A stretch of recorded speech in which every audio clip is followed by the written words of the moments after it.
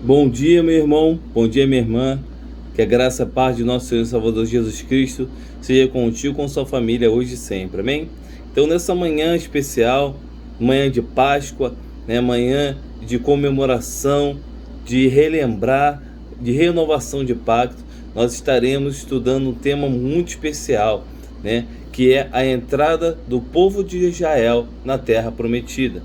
Então, nesse momento, vamos estar fechando nossos olhos, vamos estar nos ligando ao Senhor, pedindo que Ele venha falar poderosamente os nossos corações nessa manhã, em nome de Jesus. Amém? Senhor, Senhor amado, nós queremos te agradecer por mais um dia de vida, te pedir, Senhor, que o Senhor venha falar poderosamente nos nossos corações, derrama a tua glória, Senhor, que eu venha diminuir, o Senhor venha crescer, Pai, que possamos, Senhor, ao findar dessa lição, estar mais alinhados contigo, Senhor, possamos estar conhecendo um pouco mais da história do povo de Deus, que é a tua história, Pai, que é a história do teu povo. Pai, em teu nome de Jesus, Pai, que eu venha diminuir, o Senhor venha crescer, que o Senhor fala poderosamente os nossos corações, que esse pão, Senhor, que esse alimento seja um pão do céu, um maná do céu para nossas vidas nessa manhã. É o que nós pedimos, te agradecemos em nome de Jesus. Amém. Amém.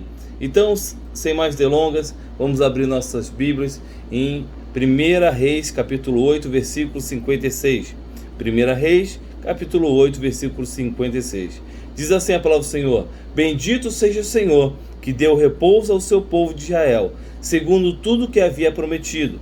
Nenhuma só palavra falhou de todas as boas promessas que fez por meio de Moisés, seu servo. Amém? Palavra do Senhor. Então, irmãos queridos, esse livro de Josué, ele se divide de forma natural em 4 partes. A primeira parte é a entrada na terra prometida. A segunda parte é a conquista de Canaã. A terceira parte é a distribuição do país. A quarta parte são as exortações de despedida de Josué, né? Então, o relato inteiro é feito de modo muito vívido, de modo muito especial, né?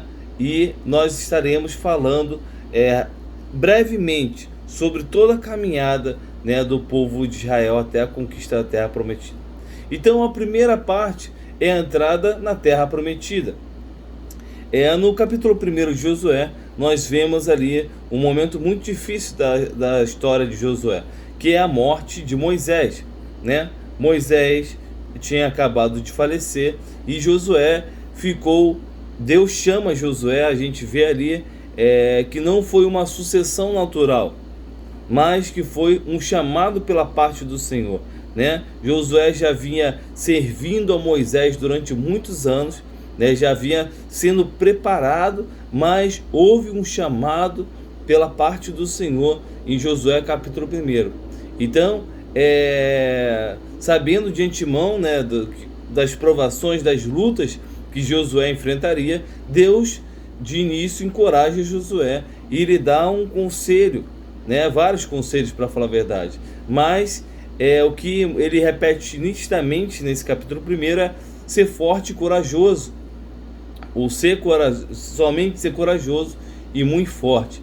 Então, né, esse livro da lei não se deve afastar da tua boca, né?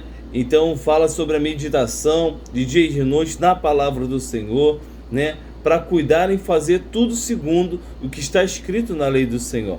Então, somente assim o Deus iria cumprir a promessa. Então, Deus deixa claro para Josué que existe uma condição. A condição para a promessa se cumprir na vida dele, na vida do povo de Deus, é o quê? Obediência. Obediência. Então, meu irmão, minha irmã, existe uma condição para as promessas do Senhor se cumprirem na nossa vida: obediência. Tanto que houve uma geração, né, como o pastor Rafael esteve ministrando essa aula, né, do povo de Israel no deserto, houve uma geração inteira que se perdeu por conta da desobediência. Então Deus deixa isso bem claro para Josué e dá um ânimo, né, palavras de vida, palavras de renovo, né, mas deixa claro a importância da obediência, de não se afastar da palavra de Deus. Amém? Então, Josué atribui, né, o crédito a Deus como verdadeiro líder e comandante. né? E ele passa imediatamente a fazer os preparativos para a travessia do Jordão, né? Segundo a ordem de Deus. Deus havia dado uma ordem a Josué, que era atravessar o Jordão. E os israelitas o reconhecem como sucessor de Moisés, né? E juraram lealdade para a conquista de Canaã. Então, nós vemos aí o início, né, dessa conquista. A segunda etapa é o envio dos espias, né? Josué envia 2 homens para fazer o reconhecimento de Jericó. E aí nós encontramos nessa etapa uma personagem que marcou, né, a vida da história, marcou a história, né, que é a Raabe, a meretriz, e ela aproveita a oportunidade para mostrar sua fé em Deus. Então, por mais que ela estivesse ali numa condição de pecado, numa vida de pecado, ela era uma mulher temente a Deus. E no momento em que em que ela necessitou tomar uma posição de fé, ela tomou, colocando a sua vida em risco. Então, irmãos, né, Deus procura homens e mulheres de fé.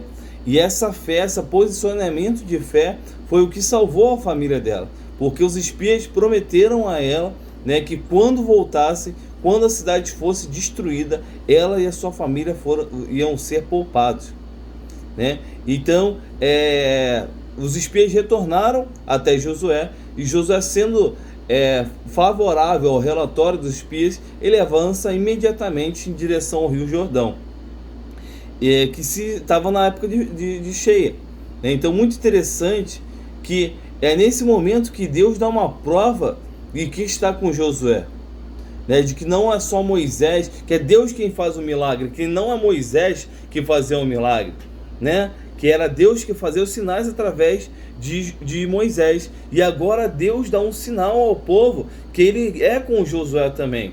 Então, né, que ele continua sendo um Deus vivo, continua sendo um Deus poderoso, que ele continua vivo e atuante no meio do povo de Israel. Então, no momento que os sacerdotes, né, que carregavam a arca da aliança põem os pés nas águas do Jordão, as águas se abrem, permitindo que os israelitas atravessassem a pé enxuto. Então, Josué, ali naquele momento, ele toma 12 pedras, né, põe no meio do rio como um memorial e coloca outras 12 pedras no meio do rio, onde sacerdotes se achavam de pé, né? Então, após os sacerdotes atravessarem o rio, as águas tornam a sua posição natural, sua posição inicial. Então, ali, não só os líderes, os príncipes do povo, mas todo o povo viu que Deus era com Josué, assim como foi com Moisés. Amém? Então, próxima etapa é o acampamento em Gilgal. Então, tendo atravessado o rio, o povo acampa em Gilgal, entre o Jordão e a cidade de Jericó. Ali Josué coloca as pedras memoriais como testemunho para gerações futuras. Então foram feito um memorial no meio da passagem, né, e foi feito outro memorial ali em Gilgal, para que todos, capítulo 4, versículo 24, para que todos os povos da terra conheçam a mão de Deus, que ela é forte, a fim de que deveras temais a Deus, vosso Deus, para sempre. Então, em Josué capítulo 10, versículo 15, indica que depois disso, Gilgal foi usado talvez como acampamento de base por um bom tempo. É uma hipótese segundo alguns historiadores. Então, que os filhos de Deus de Israel são circuncidados. Porque durante a travessia no deserto, a jornada no deserto, não houve a prática da circuncisão. Ela aconteceu novamente em Gilgal. E ali eles celebraram a Páscoa e o maná para de cair do céu, né? E finalmente os israelitas começam a comer os frutos da terra. Então ali eles começam a desfrutar, né, dos frutos daquela terra. O maná que Deus mandava, né, do céu, já ali naquele momento ele cessou. Amém? Então a próxima etapa é a conquista de Canaã, né? E ela começa por Jericó.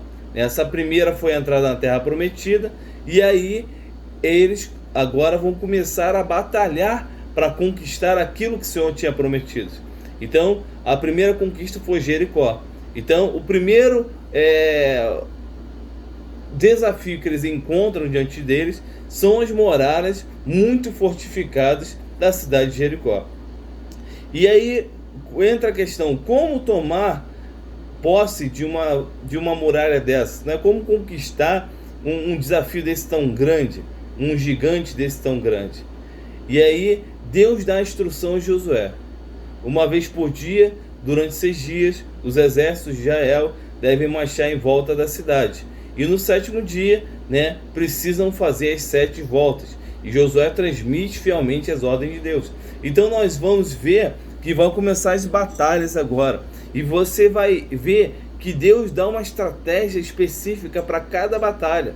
E é assim conosco também, né? Por isso que nós precisamos buscar, né, em oração, ter sensibilidade com a ação do Espírito, porque para cada luta que você enfrenta, para cada muralha que você encontra na sua vida, para cada gigante que você enfrenta, Deus te dá uma estratégia diferente. Então, para cada situação que você tem que resolver, Deus vai te dar uma estratégia diferente, né? E como é que foi essa estratégia? Foi partir para cima? Foi escalar a muralha? Foi tacar pedra? Não, né? Deus disse: vocês vão circuncidar, né? Vocês vão ali caminhar em silêncio durante 7 dias. E no 7º dia, 7 voltas, e aí o brado. Então, né? No último dia, né, depois de completar a 7ª volta, Josué dá a ordem para eles gritarem. Então eles dão um grande grito de guerra, e as muralhas de Jericó vão ao chão. Então todos juntos invadem a cidade, levando-a completamente à destruição. Somente quem é poupado? Raabe e sua família.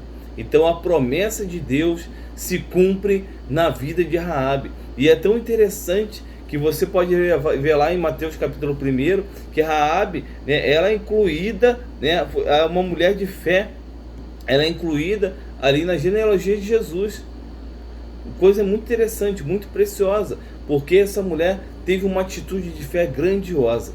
Então você pode aprender que os grandes homens de Deus e mulheres de Deus da Bíblia são homens e mulheres de fé, que agiram pela fé, que colocaram suas vidas, né, muitas vezes em situações de risco, de perigo, né, por obediência ao Senhor. Então nós precisamos agir por fé, porque sem fé é impossível agradar a Deus. Amém? E Jesus disse: se tu creres, tu verás a glória de Deus. Então, ali Jericó foi conquistada. E aí, após isso,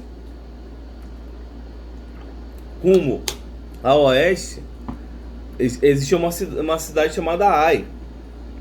E a certeza da outra vitória fácil, né, se transforma num grande problema. Por quê? Quando os homens de Ai desbancaram os 3.000 soldados que Josué tinha enviado, dos israelitas, né, enviados para destruir a cidade, para capturar a cidade, né, se torna um grande problema. Eles falam: meu Deus, Deus fez o impossível, que foi transpor a cidade de Jericó. E o que aconteceu, né? Por que nós perdemos a batalha em Ai? Será que Deus abandonou o seu povo? Então, inquieto, Josué vai fazer a coisa correta, que é consultar a Deus, buscar a Deus. E aí ele vai orar, ele vai consultar o Senhor. E Deus revela, né, que ao contrário da ordem que Deus tinha dado, né, houve rebeldia, houve pecado, houve desobediência, né? E porque Deus tinha dado uma ordem muito específica, que tudo fosse destruído. Em Jericó tudo fosse destruído, nada fosse poupado. Mas ali, em desobediência à ordem divina, né, nós vemos Acã, o malfeitor, e ele é descoberto, e ele e sua família são mortos e apedrejados.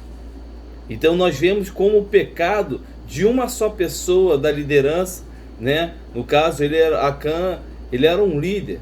Então você vê que o pecado de individualmente, ele gera consequências coletivas.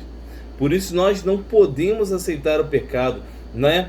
A Bíblia diz que aquele que confessa e se arrepende, ele acha misericórdia.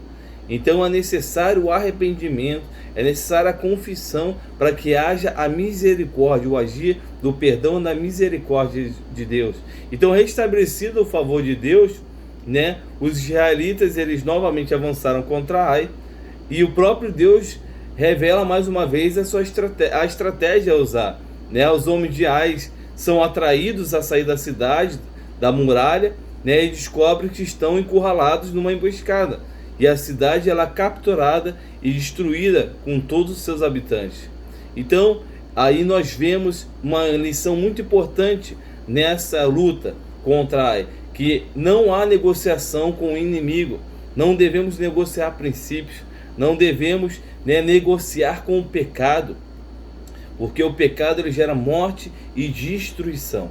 E foi isso, né, esse prejuízo que teve o povo de Israel, né, havendo a correção, o arrependimento, Deus mais uma vez deu a vitória ao povo de Israel em Ai. Então, logo após, houve a renovação de aliança, né? Josué edifica a seguir um altar no monte Ebal, né, em obediência à ordem de Deus por intermédio de Moisés, e escreve sobre as pedras uma cópia da lei. Isso está no capítulo 8, versículo 32. Então, depois Josué lê as palavras da lei, junto com a bênção e a maldição, perante a assembleia inteira da nação que está de pé. Então, isso foi diante do monte Gerizim, e a outra metade do monte Ebal. Isso está lá em Deuteronômio, capítulo 11, versículo 29. Logo após, nós vemos o tratado com os Gibeonitas. Gibeonitas, isso mesmo.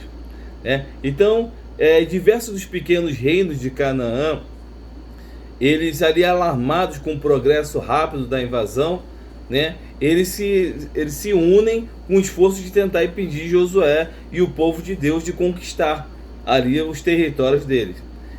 Mas os habitantes de Gibeão, de um lugar chamado Gibeão, ouvindo que Josué tinha feito Jericó em Ai, eles agem com astúcia, eles agem com certa inteligência, e aí eles fingem ser de um país distante de Canaã, e eles fazem um pacto com Josué para deixá-los viver, né? E quando os israelitas descobrem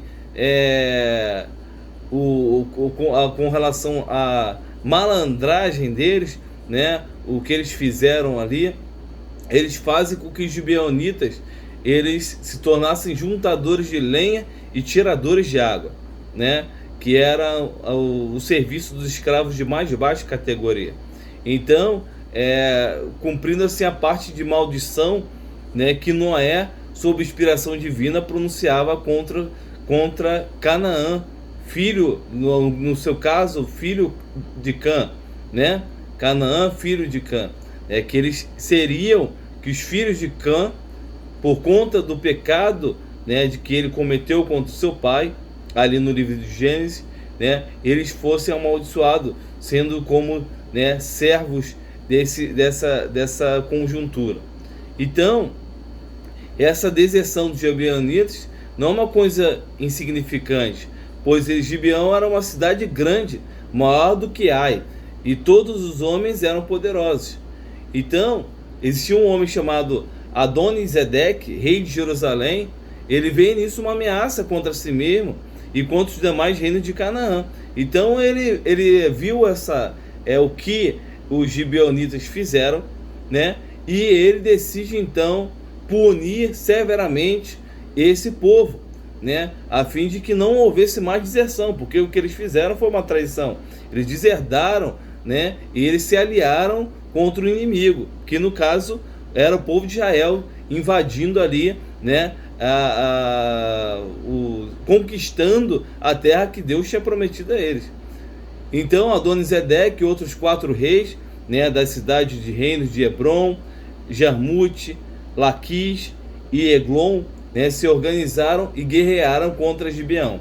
Então Josué, fiel ao pacto com os gibeonitas, né, mesmo tendo sido ali enganado, mas pelo fato dele ter sido dado a palavra, ele foi até o final, né? Então ele lutou contra esse povo, empregando, né, ali poderes, sinais, com resultados devastadores, né? Então chegou até cair em pedras dos céus, matando os inimigos mais do que as espadas do povo de Israel. Olha só que coisa sobrenatural, né? Então você vê a misericórdia do Senhor, mesmo quando nós caímos nos nossos erros, quando nós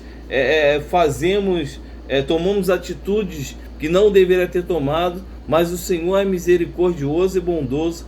Então Josué, ele foi fiel à sua palavra, mesmo tendo sido enganado, né? Ele foi fiel à sua palavra e ele protegeu o povo de Gibeão. E aí, logo após, parte para a conquista do sul de Canaã, né? Josué, depois de matar os 5 reis, destrói Maquedá, né? Indo rapidamente para o sul, e ele destrói completamente ali Libina, Laques, Eglon, Hebron, Debir, né? Cidades situadas nas montanhas e colinas entre o Mar Salgado e o Grande Mar. Então as notícias sobre a invasão, elas começam a espalhar-se por todo o país de Canaã, né? Então Josué estava invadindo tudo. O povo de Deus é imbatível, né? Você vê que nada é fácil, tudo vem com lutas, mas você vê a mão do Senhor, né, ali aparando o seu povo, cuidando do seu povo. E as conquistas ao norte de Canaã. No norte, o alarme é dado por Jabim, o rei de Hazor, e a toda parte. E ambos os lados do Jordão, ele envia mensageiros para convocar uma ação unida em massa contra os israelitas. Quando as forças reunidas do inimigo se acampam junto às algas do Merom, abaixo do monte Hermon, são uma multidão como os grãos de areia, né? Essa expressão, como os grãos de areia, usada lá em Josué capítulo 11, versículo 4, né? Multidão como os grãos de areia, que é à beira do mar. Então, novamente, Deus assegura Josué a vitória e fornece o plano de estratégia de batalha. Qual o resultado? Mais uma derrota esmagadora para os inimigos do povo de Deus. Hazor é incendiada e as cidades aliadas de seus reis são destruídos. Aí Josué estende a área de dominação israelita por todo o comprimento e por toda a largura de Canaã. 31 reis foram derrotados. Meu Deus, 31 reinos, né? E aí é conquistada a terra de Canaã, por todo o território de Canaã, a conquista. E a partir do capítulo 13, versículo 1 até o capítulo 22, versículo 34, nós vemos a distribuição do país, né? A distribuição daquilo que foi conquistado através dessas guerras. Então, apesar de muitas vitórias, destruição das principais cidades fortificadas e o fim da resistência organizada por algum tempo, em uma parte muito grande ainda resta de se tornar posse do país. Mas Josué já está com quase 80 anos e outro trabalho grande ainda resta fazer, né? O da distribuição do país por herança entre as 9 tribos inteiras e a meia tribo de Manassés. No caso, Ruben e Gade e metade da tribo de Manassés, eles já tinham recebido a herança ao leste do Jordão, e a tribo de Levi não receberá nenhuma terra, porque Deus disse que a sua herança será o próprio Deus de Israel. Então, com a ajuda do sacerdote Eleazar, Josué faz então as divisões, né, do lado oeste do Jordão. Caleb, com 85 anos de idade, sempre mesmo zeloso para lutar contra os inimigos de Deus até o fim, solicita Hebron, né, uma região infestada de anaquins. Então você vê, né, o pastor Max esteve pregando sobre Caleb, né?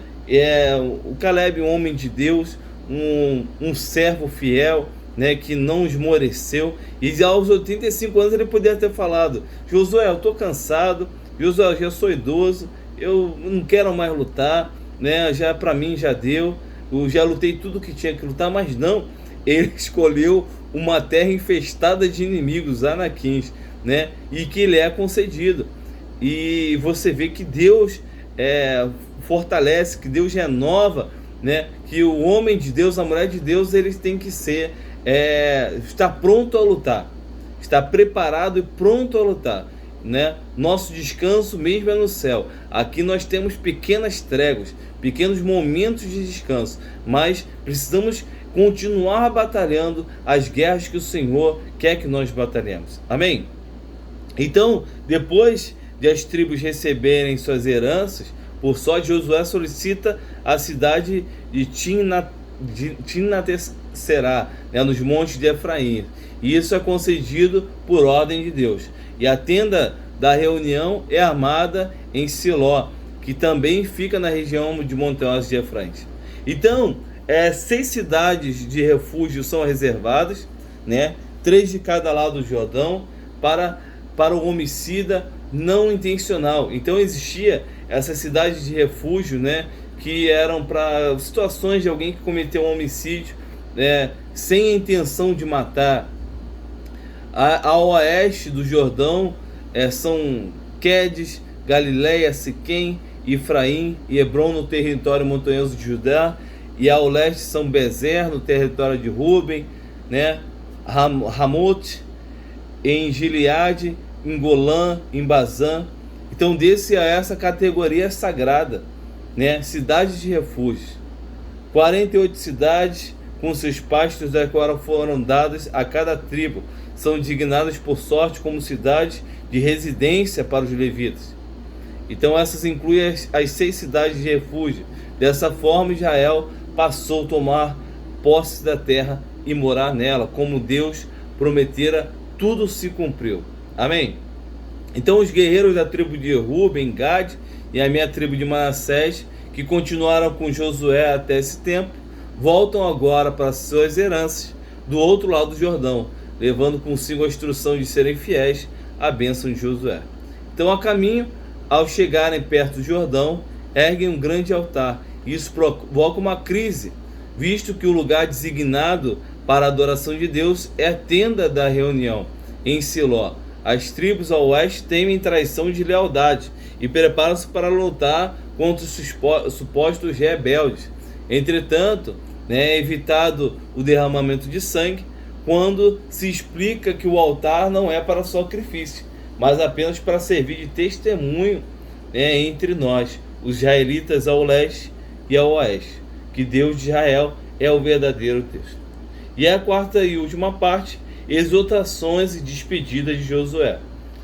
E aí diz assim a palavra do Senhor, no capítulo 23, versículo 1: E sucede muitos dias depois de Deus ter dado a Israel descanso de todos os seus inimigos ao redor, sendo Josué já idoso e avançado em dias.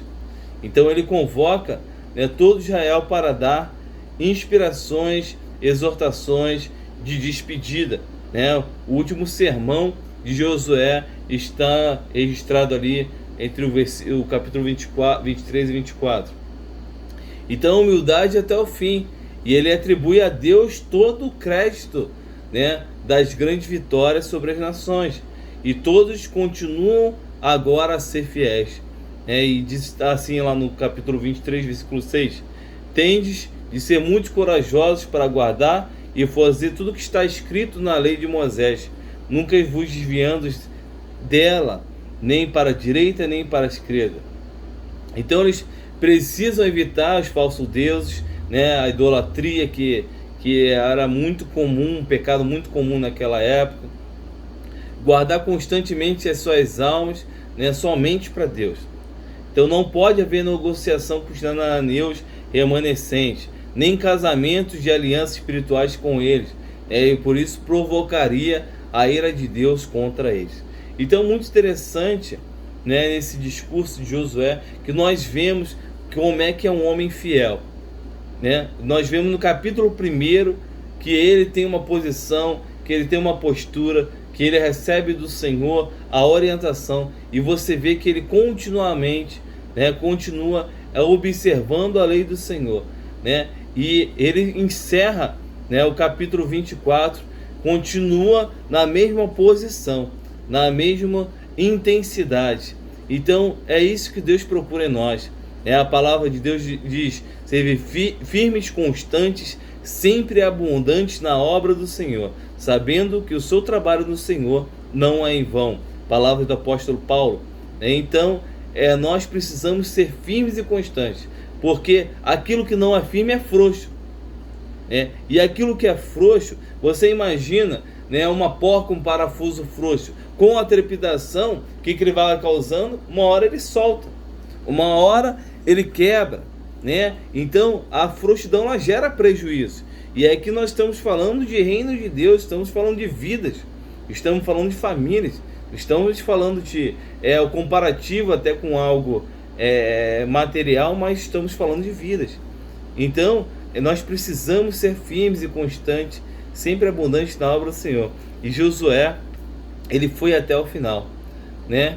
Então, reunindo todas as tribos em Siquém e convocando os respectivos representantes, né, os príncipes de cada tribo, né, perante Deus, Josué, ele passa a fazer a narração pessoal. Ele relembra o povo das conquistas que Deus deu a eles, né, de como Deus tem sido com eles até aquele momento, né, sobre os tratos com o seu povo, desde o momento que Deus chamou Abraão e conduziu a Canaã até a conquista e a ocupação da terra prometida que eles estavam usufruindo naquele momento.